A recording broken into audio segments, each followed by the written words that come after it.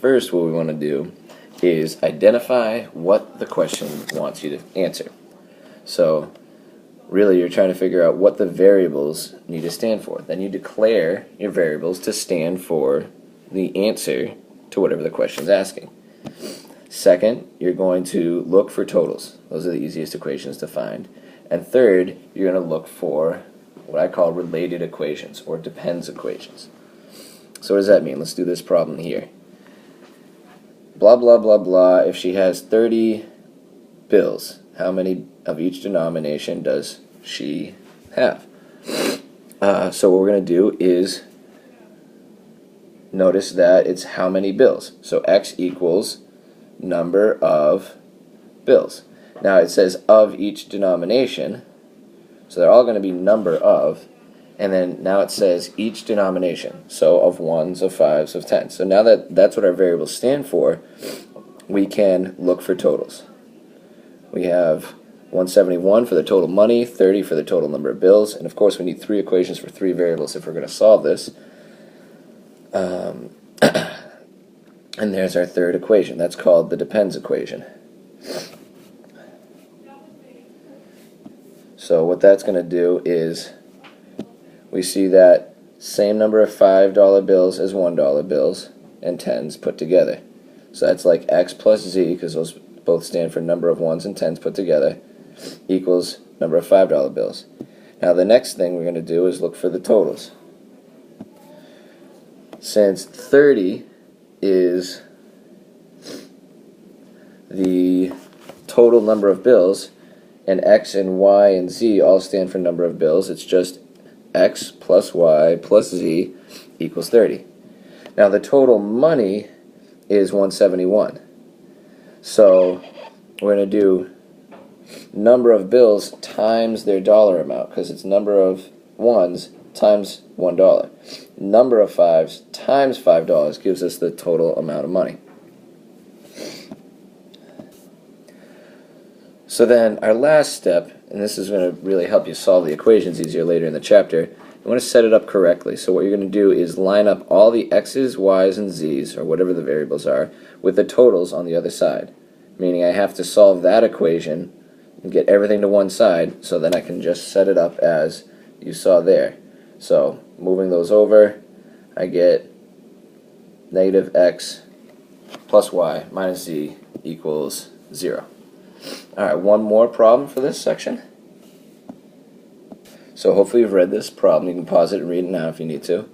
And then what you're going to do is, firstly, define your variables. So that means, what does it stand for?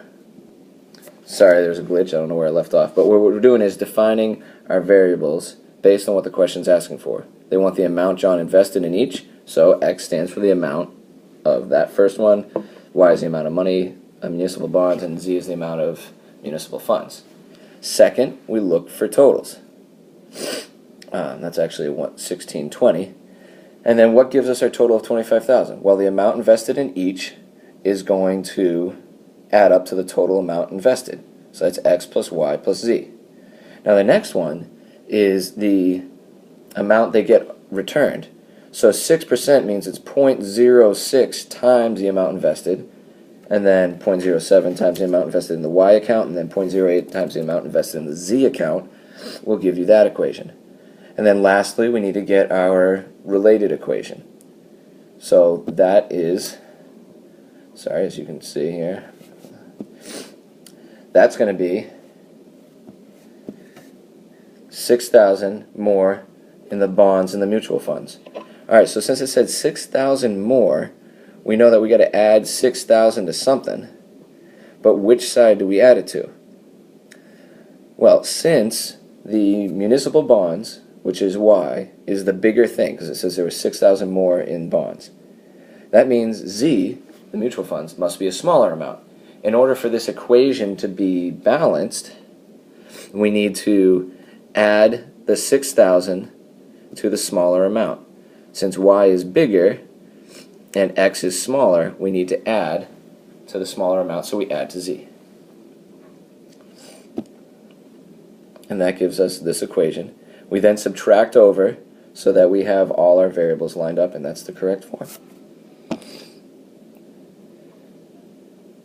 Alright, we also have a few more equations for you to do. All I want you to do is set them up, not solve them. Okay, so I have a handout posted on Moodle if you want to use it. So set them up, but don't solve.